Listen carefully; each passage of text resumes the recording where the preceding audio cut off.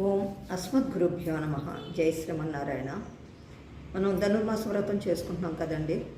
So ఒకసారి అమ్మవారిని తలుచుకుందాం. ఆండాళ్ దివ్య తిరువడిగలే శరణం.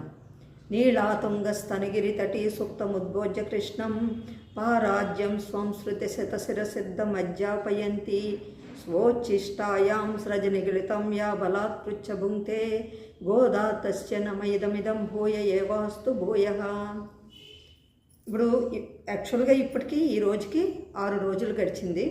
అసలు మొదటి 5 పాసురాలు, మన పాసురాలు 30 అని చెప్పుకున్నాం కదా, 30 పాసురాల్లోనూ నిన్నటికి 5 పాసురాలు కంప్లీట్ అయినాయి. ఈరోజు 6వ పాసురం నేర్చుకుంటున్నాం.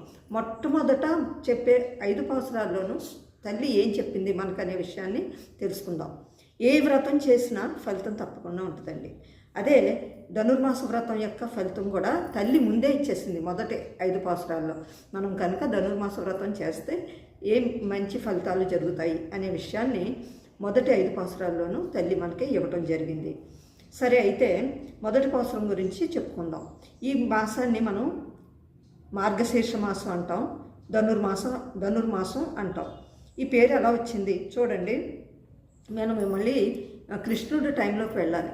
భగవద్గీత చెప్పిన కృష్ణుడు భగవద్గీతలో ఏం చెప్పాడంటే, మనకి 4 వర్ణాలు ఉన్నాయన్నాడు. 4 వర్ణాలు అంటే మనం చెప్పుకునే క్యాస్ట్ వైజ్ వర్ణాలు కాదు, క్షత్రియులు, శూద్రులు, బ్రాహ్మణులు, ఇది కాదు. వర్ణాలు అంటే ఆ 4 వర్ణాలు ఎవరంటే, 1 దేవతలు, 2 మానవులు, 3 తిర్యక్కులు, 4 స్థావరాలు. దేవతలందరూ తెలుసు మనకి చాలా పవర్ఫుల్గా ఉంటారు, వేరే లోకంలో ఉంటారు. ఆ లోకాన్ని మనం స్వర్గలోకం అంటాం. ఆ లోకానికి ఇక్కడ పుణ్యాలు చేస్తేనే ఆ లోకానికి వెళ్ళగలమని మనకి తెలుసు. అక్కడ ఎప్పుడూ వారు ఆనందంతో ఉంటారు. అది దేవతల గురించి మనకు తెలిసిన విషయం. మనకేమి కావాలో మన కోరికలు కూడా తీరుస్తారు దేవతలు. ఈ దేవతా స్వరూపాలు ఎలా ఉంటాయనేది మనకి సూర్యభగవానుడు దేవతా స్వరూపుడే. తర్వాత మనకి గాలి, నీరు ఇవన్నీ కూడా దేవతా స్వరూపాలే. అయితే ఈ దేవతలుకి మనకి ఒక రోజు అంటాం కదా, అంటే ఒక రోజులో మనకి 24 గంటలు ఒక రోజు అంటాం. కానీ దేవతలకి మనకి 365 రోజులైతే వారికి, అంటే మనకు ఒక సంవత్సరం, వారికి ఒక రోజు అనమాట. ఈ రోజుని కనుక ఈ రోజుని మనం ఒక రోజుని ఏ రకంగా డివైడ్ చేస్తామండి, పగలు రాత్రి అని డివైడ్ చేస్తున్నట్టుగానే దేవతలకి 6 నెలలు పగలు, 6 నెలలు నిద్రపోయే సమయం అనమాట, రాత్రి. అయితే ఈ పగలు 6 నెలలని ఉత్తరాయణం అంటాం, మిగతా 6 నెలలని దక్షిణాయనం అంటాం. మనకి బ్రహ్మముహూర్తం అంటాం కదండి. బ్రహ్మముహూర్తం అంటే పగటికి రాత్రికి తెల్లవారుతుండగా ఉండే సమయాన్ని మనం బ్రాహ్మముహూర్తం అంటాం. ఇది సంధికాలం అని కూడా అంటాం మనం. అదే ఆ బ్రాహ్మముహూర్తం వాళ్ళకి ఎప్పుడంటే ఈ మార్గశీర్ష మాసమే. దాన్నే ధనుర్మాసం అంటే ధనురాశిలో ప్రవేశించే టైం అనమాట. వారికి అది బ్రాహ్మముహూర్తం. ఏ పైన బ్రాహ్మముహూర్తంలో చేస్తే మంచిది కదా. అందుకని గోదాదేవి తల్లి ఈ బ్రాహ్మముహూర్తాన్ని ఎంచుకుంది. అంటే దేవతల పరంగా వచ్చే బ్రాహ్మముహూర్తం అంటే మార్గశీర్ష మాసం. కృష్ణుడు కూడా భగవద్గీతలో నేనే మార్గశీర్ష మాసాన్ని అని చెప్పాడు. కాబట్టి ఇది చాలా పవిత్రమైన మాసం. ఈ మాసంలోనే మనకు పంటలు అన్నీ వస్తాయి. కాబట్టి గోదాదేవి తల్లి ఈ మాసాన్ని ఎంచుకోవటం జరిగింది. అది ఈ మొదటి పాసురం యొక్క అర్థం.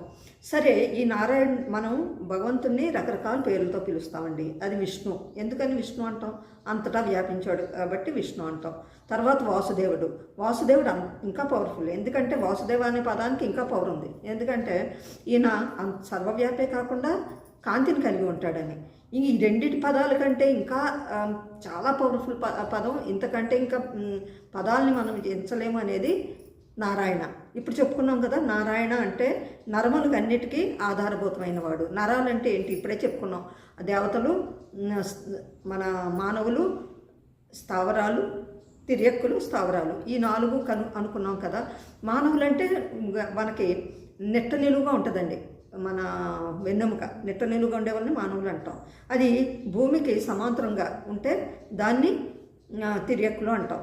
సమాంతరం కూడా నడిచే ప్రాణుల్ని తిర్యక్కులు అంటాం. స్థావరాలంటే చెట్లు, చామలు ఇవన్నీ మన మౌంటైన్స్ ఇవన్నీ కూడా పర్వతాలు ఇవన్నీ కూడా స్థావరాలు. అంటే ఇవి కదలని వాటిని స్థావరాలు అంటాం. ఈ అన్నిటిలోనూ పరమాత్మ అంతర్యామిగాను ఉన్నాడు, బాహ్యంగాను వీటినన్నిటిని అంగాలుగా కలిగి ఉన్నాడు.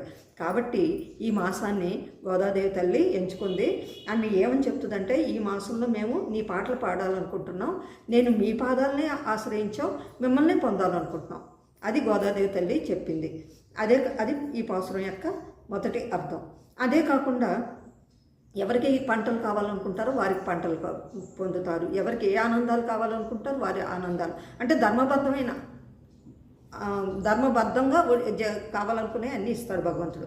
మనకి ఏది కావాలో అనేది కంటే మనకి ఏది అవసరమో అది భగవంతుడు మనకి ఇస్తాడు అనమాట, ఈ ధనుర్మాస వ్రతం చేయటం వల్ల. ఇది మొదటి పాసురం. ఇంకా రెండో పాసురానికి వస్తే గోదాదేవి తల్లి నియమాలు చెప్తుంది. మనం ఏం చేయాలి, ఏం చేయకూడదు. పెద్ద పెద్ద కఠినమైన నియమాలు కాదు, కాకపోతే గోదాదేవి తల్లి ఆచరించింది. మనం సాధారణంగా ఈ శరీరమే మనం అని అనుకుంటాం. కాదండి, శరీరం కాదు, మనం లోపల జీవుడు ఉన్నాడు. ఆ జీవుడే అసలైన మనం అనమాట. ఆ జీవుడికి ఒక షేపు ఏది ఉండదు, ఒక జ్యోతిస్వరూపుడు. కానీ మనకి తెలియదు ఆ విషయం. అయితే మన శరీరమే మనం అనుకుంటాం.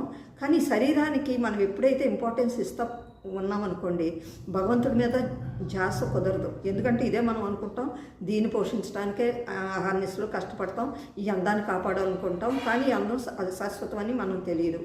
కాబట్టి వీటి మీద ఎక్కువ ఇంపార్టెన్స్ ఇవ్వకుండా, అంటే అందుకని ఆ తల్లి రెండో శ్లోకంలో ఏం చెప్తుందంటే, మేము పాలున్నాం నెయ్యున్నాం అంటది కదా. అంటే మేము పాలు తాగం, నెయ్యిలు తీసుకోము. అంటే కంఫర్టబుల్గా మా శరీర సౌఖ్యాల కోసం ఇచ్చే వాటి గురించి మేము పట్టించుకోం. చన్నీటి స్నానం చేస్తాం, చక్కగా చన్నీటి స్నానం చేస్తుంది తల్లి. తర్వాత వేడివేడి పొంగల్ నైవేద్యం పెట్టిన తర్వాత ఆహారం తీసుకోవటం జరుగుతుంది.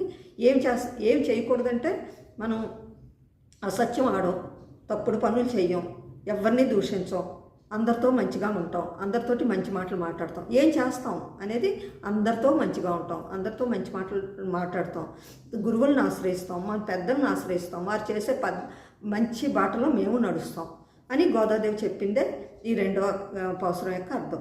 ఇంకా మూడో పాసురానికి అర్థం ఏంటంటే, భగవంతుడు రెండు చెప్పాం కదండి, రకరకాలుగా ఉంటాడు భగవంతుడు, ఎన్నో రూపాలు ధరించి వచ్చాడు అని కూడా మనకు తెలుసు. ఒకే అవతారంలో రెండు అవతారాలు చూపించాడండి.